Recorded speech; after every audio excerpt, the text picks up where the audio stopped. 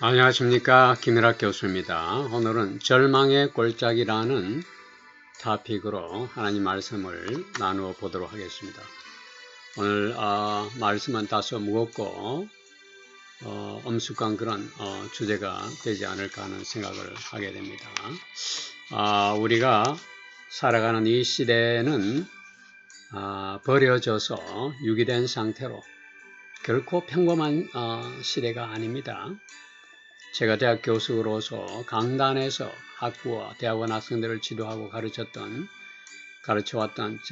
지난 30여 년 전만 해도 대학 강단에서는 이성적으로 대화를 나눌 수 있었던 때가 있었고, 이성적으로 서로의 생각을 공감할 수 있었던 때가 있었습니다. 그러나 이제는 그런 시대가 아니게 되어버렸습니다. 우리 사회가 겪는 이 혼란은 대학 강단뿐만 아니라 사회 구석구석에 만연하고 있는 이 혼란은 단지 절대적인 진리를 가르쳤기 때문만은 아닐 것입니다.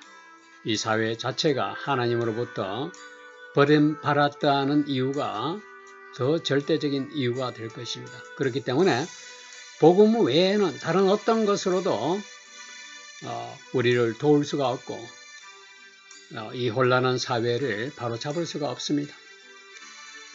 우리들에게 내려진 하나님의 심판은 사람들이 하나님을 알고도 하나님을 원하지 않는다는 점에 주목하지 않을 수가 없습니다. 이 세상은 너무도 어둡고 혼란하여 지금 앞이 보이지 않습니다.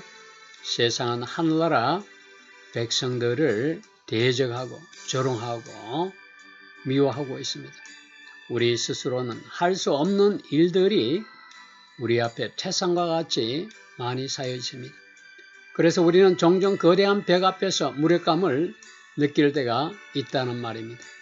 개인적인 삶에서든 아니면 우리가 속한 사회 속에서 살아가는 모습을 보든지 도무지 해결할 수 없을 것 같은 절망의 골짜기들을 매일매일 일상적으로 경험하면서 살아가고 있습니다.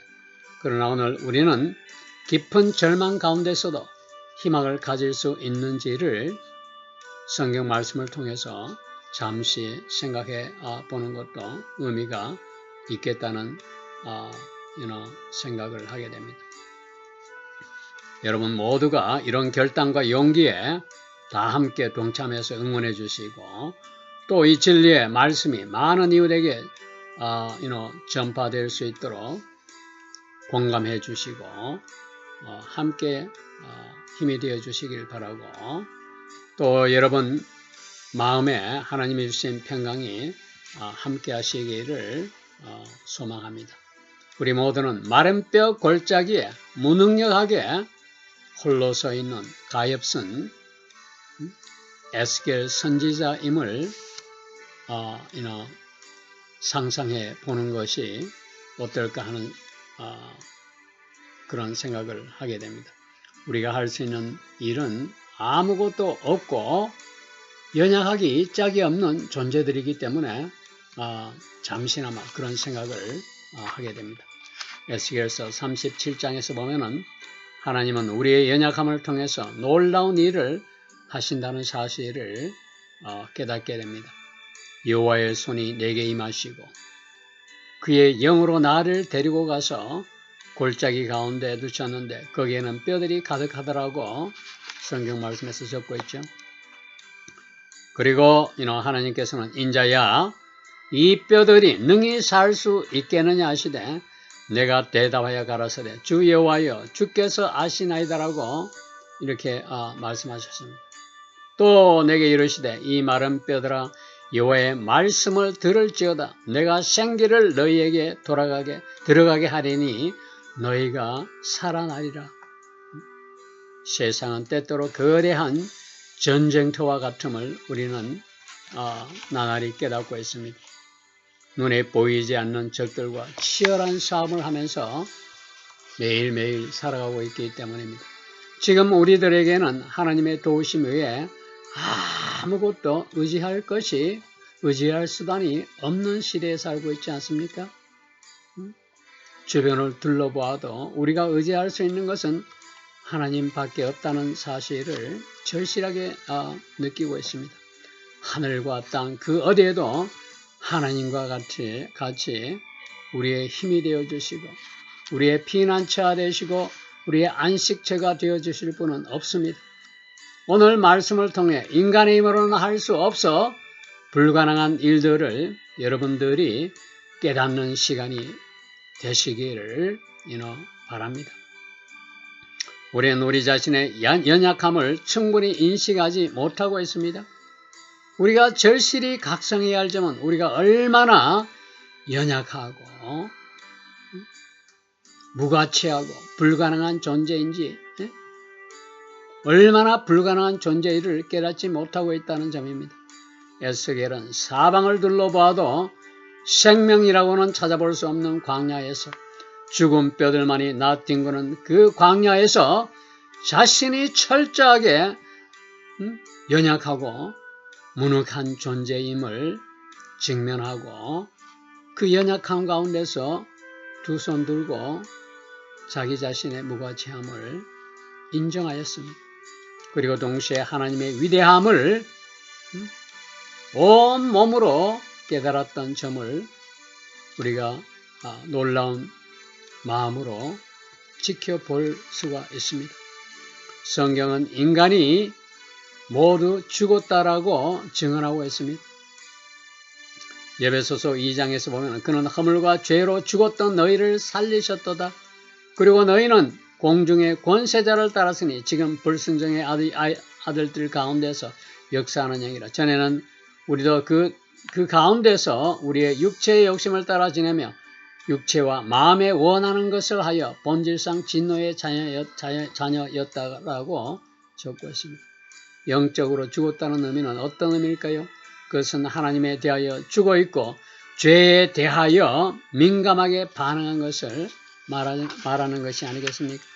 오늘날 우리 삶의 모습은 죄악으로 인해 스스로 파멸의 길로 접어들었음을 깨달아야 됩니다.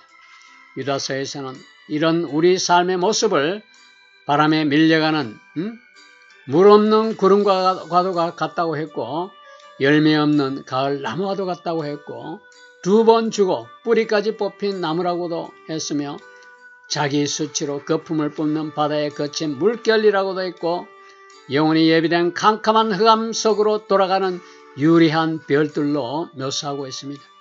이것이 우리 자신의 모습이 아닙니까? 이것이 우리 오늘날 인류가 직면하고 있는 처참한 모습 그대로가 아닙니까? 인간의 무능력은 도덕적인 것에서 오는 것입니다. 왜 이런 말을 할 수가 있게 왜 이런 말을 할 수 있겠는지를 여러분들 생각해 보세요. 인간은 선하시고 의로우신 하나님을